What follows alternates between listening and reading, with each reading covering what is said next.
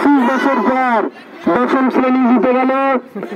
এবং ওরা 37-36 রানে জিতে গেল আজকে।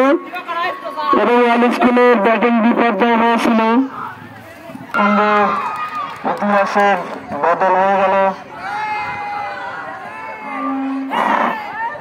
আমাদের আজকের ম্যাচ এখানে শেষ হয়ে গেল। এবং দশম শ্রেণী তাদের সকল ছাড়ারা সরকার সারের লাইভ সম্ভবত চলছে এবং কোনো একটা সেটিংয়ে অনেক লাইভ করবে।